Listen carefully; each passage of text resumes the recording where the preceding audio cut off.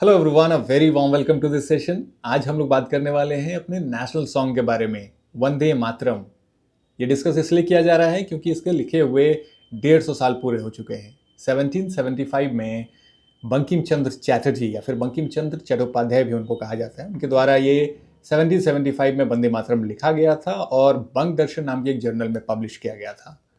इसके बैकग्राउंड में कौन सी कंट्रोवर्सी है हिंदू मुस्लिम को लेकर, उसके बारे में डिस्कस करेंगे। कुछ हिस्टोरिकल फैक्ट्स डिस्कस करेंगे और प्रेजेंट कॉन्टेक्स्ट में इसका रेलेवेंस क्या है ये भी जानना ज़रूरी है, क्योंकि 150 साल के बाद 2025 में इसको सेलिब्रेट करने का मकसद ही यही है कि आज की जनरेशन अपने हिस्ट्री को समझ पाए, पास्ट में इसका क्या रेलेवेंस था, क्या इम्पोर्टेंस था वंदे मातरम का, इसको समझ पाए। तो ये मेरी तरफ से एक कोशिश है कि आपको वंदे मातरम के हिस्ट्री के बारे में बता सकूं।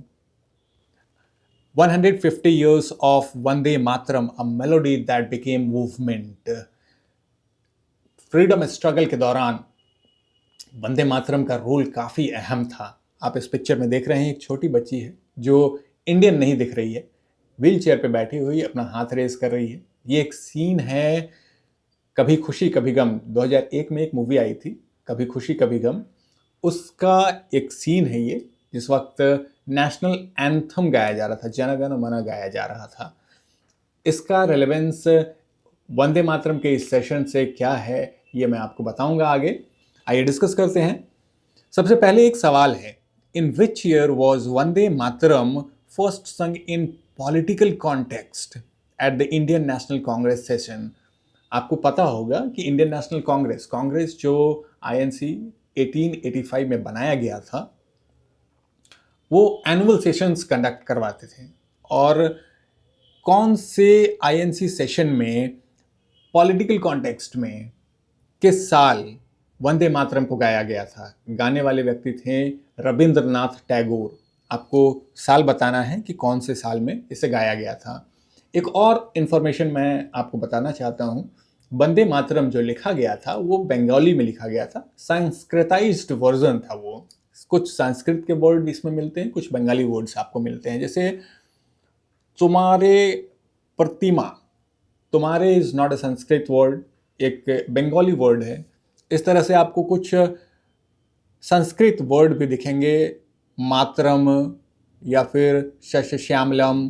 तो इस तरह के वर्ड्स हैं जो संस्कृत से लिए गए हैं। तो ये एक बंगाली लैंग्वेज में संस्कृताइज्ड वर्जन में लिखा गया था वंदे मातरम, और इसके फर्स्ट 2 स्टेंजाज में जो लाइंस हैं उनको नेशनल सॉन्ग की तरह अडॉप्ट किया गया था।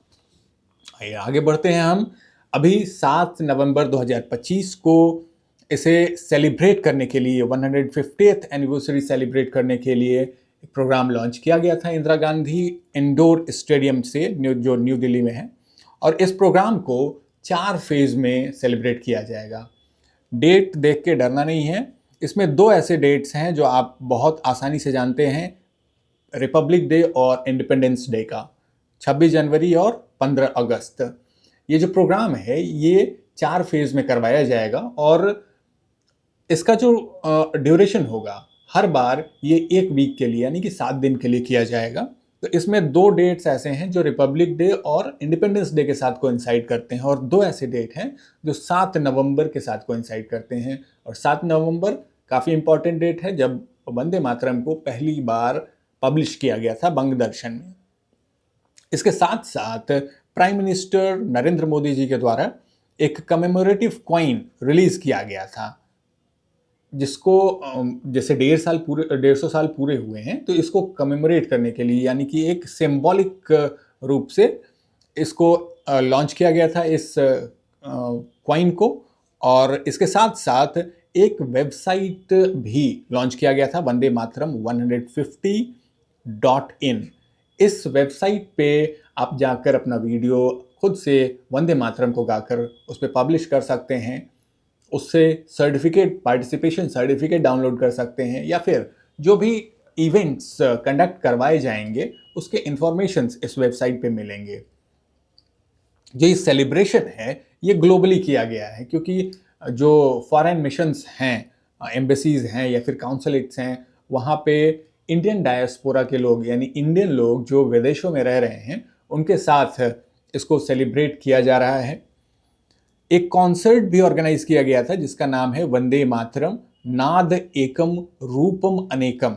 नाद एकम का मतलब है कि एक सुर में एक साथ आवाज निकालना, नाद एकम रूपम अनेकम यानी कि इसके रूप काफी अलग हैं, क्योंकि इंडियन म्यूजिक जो है, इंडियन कल्चर के साथ साथ इंडियन म्यूजिक भी काफी डाइवर्स है। और डॉक्टर मंजूनाथ मैसूर जो एक वायलिन मास्ट्रो हैं, इनके द्वारा एक ग्रुप 75 म्यूजिशियंस का जो ग्रुप था उनके द्वारा ये कॉन्सर्ट ऑर्गेनाइज किया गया था, पार्टिसिपेट किया था 75 म्यूजिशियंस ने, जिसमें अलग अलग इंडियन म्यूजिकल ट्रेडिशन में जो म्यूजिक हैं उनको शोकेस किया गया था इसमें। फिर ट्री प्लांटेशन का भी ड्राइव किया गया था जिसमें मातृभूमि को यानी कि अर्थ जो हमारी मातृभूमि है, पृथ्वी को, धरती को हम माँ मानते हैं, तो ट्री का प्लांटेशन करके पौधे लगाकर इसे सेलिब्रेट किया गया था जिसका थीम था Vande Mataram salute to mother earth. अब इसको हम डिटेल में समझेंगे आगे। मदर अर्थ का जो रेलेवेंस है ना, ये काफी इंपॉर्टेंट है। धरती को माँ हमेशा से कहा गया है, वैदिक काल से धरती माँ को माँ का दर्जा दिया गया है। अथर्ववेद का एक श्लोक है, माता भूमि पुत्रो अह पृथ्व्या प्रजनयः पिता स ऊनः पिपृतु। इसमें भूमि को यानी कि धरती को माँ का दर्जा दिया गया है और मेघ यानी प्रजनयः का मतलब होता है मेघ, मेघ को पिता का दर्जा दिया गया है। और जो सींचते हैं इससे हमें सींचा जाता है, तो धरती माँ को हमेशा से माँ के रूप में पूजा गया है अलग अलग कल्चर्स में। इंडिया को माँ का दर्जा यानी कि भारत माता कब से लोगों ने बोलना शुरू किया या फिर समझना शुरू किया, इस आइडिया का इवोल्यूशन कैसे होता है। तो धरती माँ तो हमेशा से पूजी जाती थी। एक फॉर्मल लिटरेचर में जब रिकॉग्निशन इसको मिलता है, ये है 1873 का समय।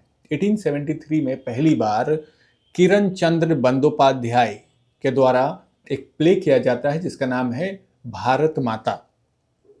और ये प्ले जो किया गया था ये 1770 में बंगाल में फेमाइन आया था, उसके बेसिस पे इस प्ले को ऑर्गेनाइज किया गया था। और ये 1873 के बाद 1875 में बंग दर्शन में वंदे मातरम बंकिम चंद्र चटर्जी के द्वारा लिखा गया था। वंदे मातरम का लिटरल मीनिंग होता है माता की वंदना, ठीक है। तो यहाँ से एक लिटरेचर्स में भारत को माता का दर्जा दिया गया था। ये 1770 में जो फेमाइन आया था उस दौरान हमारे भारत की स्थिति क्या थी, तो उस वक्त जो सिचुएशन था वो काफ़ी दयनीय था। लोग गरीबी में जी रहे थे और उसी वक्त एक ऑर्गेनाइज्ड रिबेलियन या फिर रिवॉल्ट कह सकते हैं आप, ऑर्गेनाइज किया गया था जिसका नाम है सन्यासी रिबेलियन। ये एक फर्स्ट ऑर्गेनाइज्ड मूवमेंट था। बैटल ऑफ प्लासी 1775 में होता है, ठीक है। उस वक्त ब्रिटिश ने इंडिया के ऊपर अपना पॉलिटिकल इन्फ्लुएंस बनाना शुरू कर दिया था और जिसकी वजह से हर जगह पे इकोनॉमिक एक्सप्लॉयटेशन देखा जा रहा था लोगों का। इसी को अपोज करने के लिए, इसी के विरोध में सन्यासीज और मुस्लिम फकीर्स ने ऑर्गेनाइज किया था ये रिबेलियन या फिर रिवॉल्ट। उस वक्त सिचुएशन क्या था, परमानेंट सेटलमेंट लागू कर दिया गया था, इंडस्ट्रियल रिवॉल्यूशन आ चुका था। इंडस्ट्रियल रिवॉल्यूशन की वजह से जो ट्रेडिशनल इंडस्ट्रीज हैं वो सब अफेक्ट हो रही थी। ब्रिटिश का जो ट्रेड पॉलिसी था वो भी काफ़ी एक्सप्लॉयटेटिव था। तो इन सभी के विरोध में सन्यासी रिबेलियन किया जाता है। और एक बहुत दुखद घटना हुई थी जब 1771 में, बैटल ऑफ 1771 में 150 सन्यासी शहीद हो जाते हैं। ब्रितानिया हुकूमत को मुंहतोड़ जवाब देने के लिए इन्होंने गोरिल्ला वॉर, गोरिल्ला टैक्टिक्स का इस्तेमाल किया था। ये गोरिल्ला टैक्टिक्स आप मराठास के बैटल्स में भी आप पढ़ेंगे कि अचानक से हमला करके जंगलों में फिर गायब हो जाने की कला को गोरिल्ला वॉरफेयर या फिर गोरिल्ला टैक्टिक्स कहा जाता है। तो इस दौरान एक मेजर कन्फ्रंटेशन होता है जिसमें 150 सन्यासी अपनी जान गंवा देते हैं। अब अभी जो कंट्रोवर्सी चल रही है या फिर मॉडर्न इंडिया में जो हिंदू और मुसलमान के बीच में जो कंट्रोवर्सी है ना, इसको समझने के लिए इसका बैकग्राउंड समझना काफी जरूरी है। जिस वंदे मातरम के ऊपर आज लड़ाई हो रही है अपोजिशन और पार्टी इन पावर के बीच में, और हिंदू और मुसलमान के बीच में जो मिड 20th सेंचुरी में जो राइवलरी हुई थी, इसके पीछे अगर हम सन्यासी रिबेलियन को देखें जिसके बेसिस पे पहला प्ले किया गया था भारत माता नाम का, वहाँ पे आप देखेंगे भवानी चरण पाठक जो एक भूमियार कम्युनिटी से आने वाले बक्सर के निवासी थे, मंजू शाह फकीर मुसलमान थे जो एक सूफी संत थे, और देवी चौधरानी, इनके ऊपर काफ़ी सवाल भी आ चुके हैं यूपीएससी एग्जाम में। देवी चौधरानी एक महिला थी। तो इस लिस्ट से आपको समझ में आता है कि हिंदू, मुसलमान और महिलाएं सभी लोगों ने इसमें पार्टिसिपेट किया था ब्रिटिशर्स को मुंहतोड़ जवाब देने के लिए। लेकिन जब वंदे मातरम लिखा जाता है उस वक्त क्या सिचुएशन रहा है? उस वक्त ब्रह्मो समाज काफ़ी ज़्यादा पॉपुलर था, हिंदू रिवाइवलिज्म शुरू हुआ था, क्योंकि इसके पहले मुसलमान साम्राज्य था और मुग़ल साम्राज्य के बाद जब ब्रिटिशर्स आते हैं तो उन्होंने जो भी हिंदू माइथोलॉजी में या फिर हिस्टोरिकल टेक्स्ट थे उनको अपने तरीके से रीइंटरप्रेट करना शुरू कर दिया। वाइट मैन्स बर्डन का आपने फ्रेज सुना होगा, जिसमें ये कहा जाता है कि इंडियंस अनसिविलाइज्ड थे और ये अंग्रेजों की, गोरे लोगों की जिम्मेवारी है कि इनको सिविलाइज्ड किया जाए, हमें सिविलाइजेशन सिखाया जाए, रहने का तरीका सिखाया जाए, बात करने का तरीका सिखाया जाए। तो इस तरह के रीइंटरप्रिटेशंस, मिस इंटरप्रिटेशंस किए गए थे और जो इंडिया की डिग्निटी है उसको धाराशायी कर दिया, ब्रेक कर दिया गया था। इसको रिवाइव करने के लिए जो बंगाल में या फिर इंडिया में मिडिल क्लास थे, जो एजुकेशन अफोर्ड कर सकते थे, उन लोगों ने पढ़ना शुरू किया, अपने तरीके से फिर अपना इतिहास लिखना शुरू किया। तो बंगाल में जो मिडिल क्लास था, जो बंगाली लिटरेचर्स पढ़ा करते थे, उन लोगों को कहा जाता था भद्रलोक। भद्रलोक। और बंकिम चंद्र चटर्जी भी भद्रलोक जाने जाते थे। ये ब्रिटिश एडमिनिस्ट्रेशन में डेप्यूटी मजिस्ट्रेट के पद पर भी काम कर रहे थे। तो इनको फर्स्ट हैंड एक्सपीरियंस भी था किस तरह से ब्रिटिश पॉलिसीज हमारे हिंदुस्तान का जो रिसोर्सेज है या हमारे लोगों का शोषण कर रहा है। So writers began rejecting blind imitation of the West. जो वेस्ट ने या फिर जो ब्रिटिशर्स ने हमारे कल्चर को डिफाइन किया था, उसको ब्लाइंडली फॉलो करने से अच्छा खुद से उसको री इंटरप्रेट करना शुरू किया। Rediscovery of Hindu epics, history and mythology. फिर ये 1857 के बाद हमने उस वक्त का सिचुएशन समझा कि जब वंदे मातरम लिखा गया था तब क्या सिचुएशन था। लेकिन उसके पहले जब 1857 रिवॉल्ट हुआ था, उसके बाद ब्रिटिशर्स काफ़ी चौकन्ना थे और इसलिए उन्होंने काफ़ी कड़ी निगरानी रखा था लोगों के ऊपर जो लोग पॉलिटिकली एक्टिव थे। सो पॉलिटिकल सर्वेलेंस चलता था। ब्रिटिशर्स इंडियंस पे भरोसा नहीं करते थे, पर्टिकुलरली हिंदू कम्युनिटीज़ के ऊपर भरोसा न के बराबर किया जाता था। इसलिए कहीं कहीं पे आप हिस्ट्री में ये भी देखेंगे कि मुस्लिम लीग या फिर मुस्लिम कम्युनिटी का जो क्लोज बॉन्डिंग था वो ब्रिटिशर्स से थोड़ा ज़्यादा था। एडमिनिस्ट्रेटिव कंट्रोल ये काफ़ी ज़्यादा देखा गया था। 1878 में वर्नाकुलर प्रेस एक्ट इसीलिए लागू किया गया था क्योंकि जर्नल्स और न्यूज़पेपर्स के थ्रू ब्रिटिश एडमिनिस्ट्रेशन को, ईस्ट इंडिया कंपनी को, इंडिया के जो बुद्धिजीवी थे इन्होंने क्रिटिसाइज़ करना शुरू कर दिया गया था। और ये बातें जर्नल्स और न्यूज़पेपर्स के द्वारा लंदन तक ना पहुँचे, इसको रोकने के लिए वर्नाकुलर प्रेस एक्ट लागू किया गया था। अब एक क्रोनोलॉजी हम समझ चुके हैं कि किस तरह से 1857 के बाद ब्रिटिशर्स शिकंजा कसते जाते हैं और फिर भी उसके बावजूद इस तरह के पोएम्स लिखे जाते हैं, पढ़े जाते हैं और लोगों के बीच में नेशनलिज्म का जो करंट है, जो भारत माता के प्रति प्यार है, वो बढ़ता ही जाता है। वंदे मातरम का रेलेवेंस क्या है, ये आप क्रोनोलॉजिकली मैं आपको बताना चाहता हूं। जैसे 1905 में 1905 में स्वदेशी मूवमेंट हुआ था, जिस वक्त बंगाल का विभाजन किया गया था। उस वक्त विभाजन होने के बाद जो अनाउंसमेंट हुआ था, उसके बाद दोनों तरफ के लोगों ने एक दूसरे को राखी बांधकर वंदे मातरम का ही नारा लगाया था। इसका इंपॉर्टेंस 1907 के भी एक घटना से समझ में आता है, जब ये नेशनल फ्लैग डिज़ाइन किया गया था मैडम भीखाजी कामा के द्वारा जर्मनी में। उसमें बीच में आप देख रहे हैं बड़े अक्षरों में वंदे मातरम लिखा हुआ है। 1909 में मदन लाल ढींगरा, जिन्होंने सर विलियम हटकर्जन विली को मार दिया था, उनको जब फांसी की सज़ा हुई थी तो अंतिम क्षण में उन्होंने भी वंदे मातरम का ही नाम लिया था।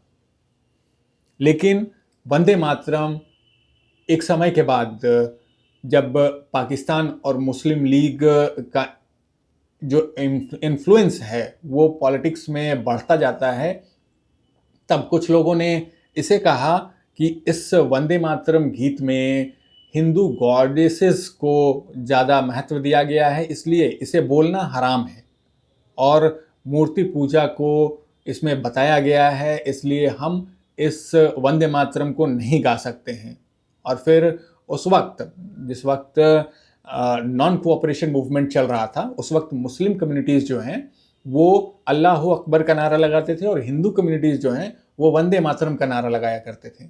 और यही राइवलरी देखी जाती थी और ऐसा माना जाता है कि इस तरह से जब अलग अलग कम्युनिटीज़ ने अपना नारा बदल दिया तो फिर जो मूवमेंट था वो भी एक तरह से बट गया अलग अलग दिशा में।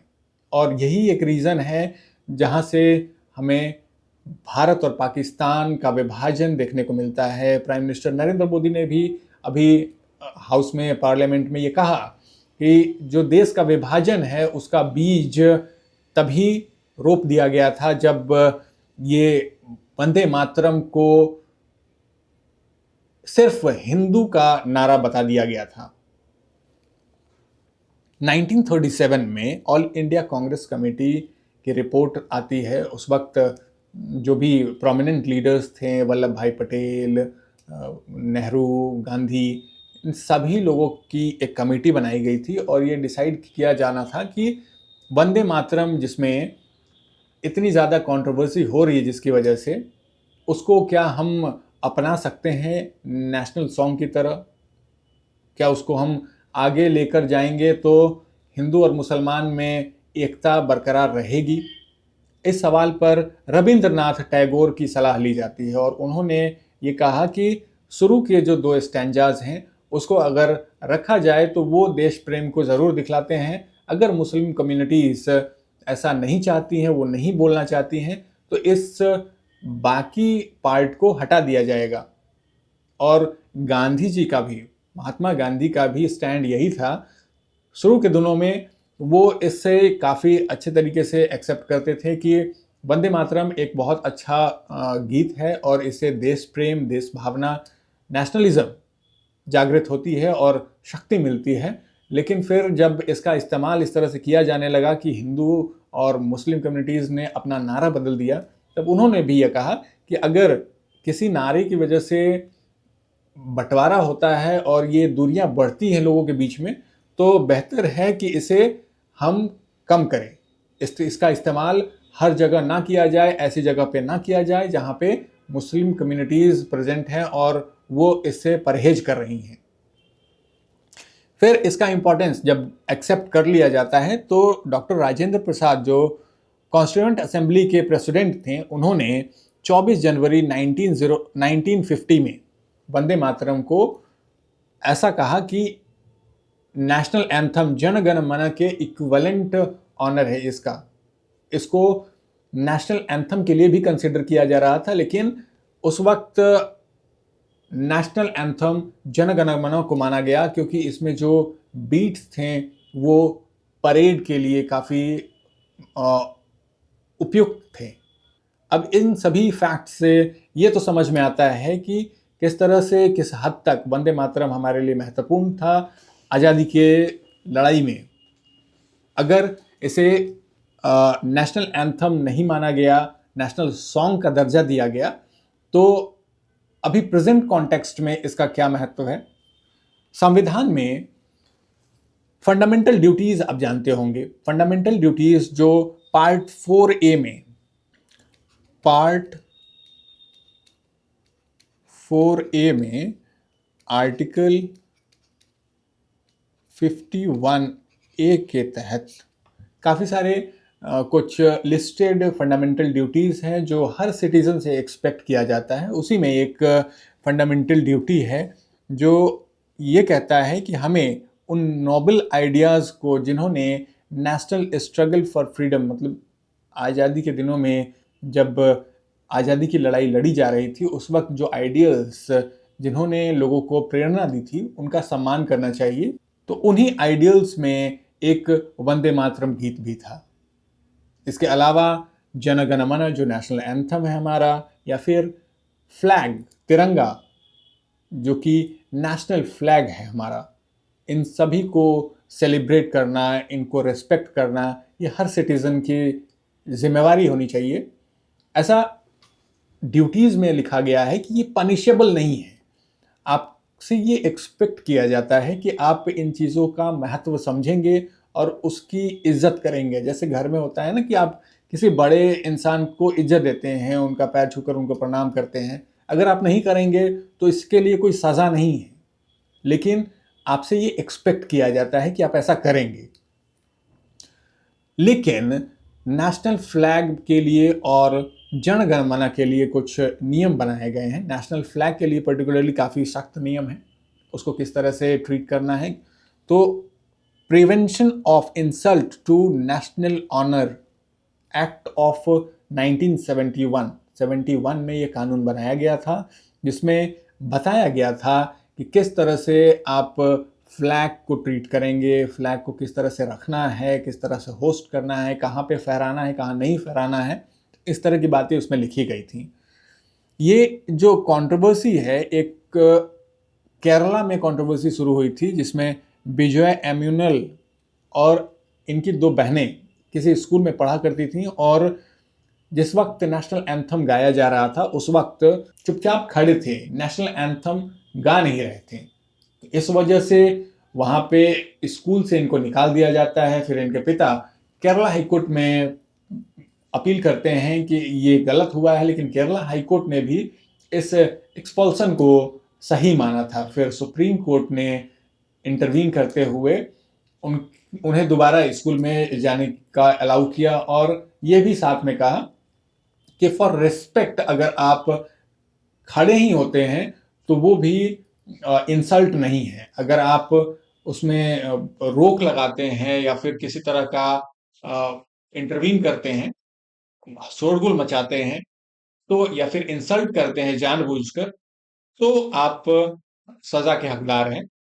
लेकिन वो तीनों बच्चे सिर्फ चुपचाप खड़े थे, इसलिए उनको कोई सजा नहीं मिलती है। ऐसा ही एक सिचुएशन हुआ था कभी खुशी कभी गम, 2001 में रिलीज होती है, जो पहला स्लाइड में मैंने आपको पिक्चर दिखाया था बच्चे का। फॉरेन कंट्री में नेशनल एंथम गाया जाता है बच्चे के द्वारा, उस वक्त सभी लोग रिस्पेक्ट देने के लिए खड़े हो जाते हैं। जो बच्ची डिसेबल्ड थी वो खड़ी नहीं हो सकती है, तो उसने अपना हाथ रेज किया था। श्याम नारायण चौकसी ये एमपी के थे, और किसी थिएटर में ये मूवी देखने जाते हैं। वहां पर जब ये नेशनल एंथम गाया जाता है तो वो खड़े हो जाते हैं, लेकिन बाकी जो ऑडियंस थी वो उनको बिठा देती है। फिर वो अपील फाइल करते हैं, और उसी के बाद सिनेमा हॉल्स में एक सिलसिला शुरू हुआ था कि हर मूवी के पहले नेशनल एंथम गाया जाता था, प्ले किया जाता था। फिर 2018 में सुप्रीम कोर्ट ने इसको थोड़ा लिबरलाइज करते हुए कंपल्सरी नहीं किया, और फिर ये एक ऑप्शनल है कि नेशनल एंथम बज भी सकता है और नहीं भी बज सकता है। लेकिन जिस वक्त ये बज रहा हो तब आपको रिस्पेक्ट शो करना है। तो मेरी तरफ से एक छोटी सी कोशिश थी कि वंदे मातरम के बारे में, उसकी हिस्ट्री के बारे में, उसकी कंट्रोवर्सी के बारे में आपको बताऊं। Thank you so much for watching. Vande Mataram.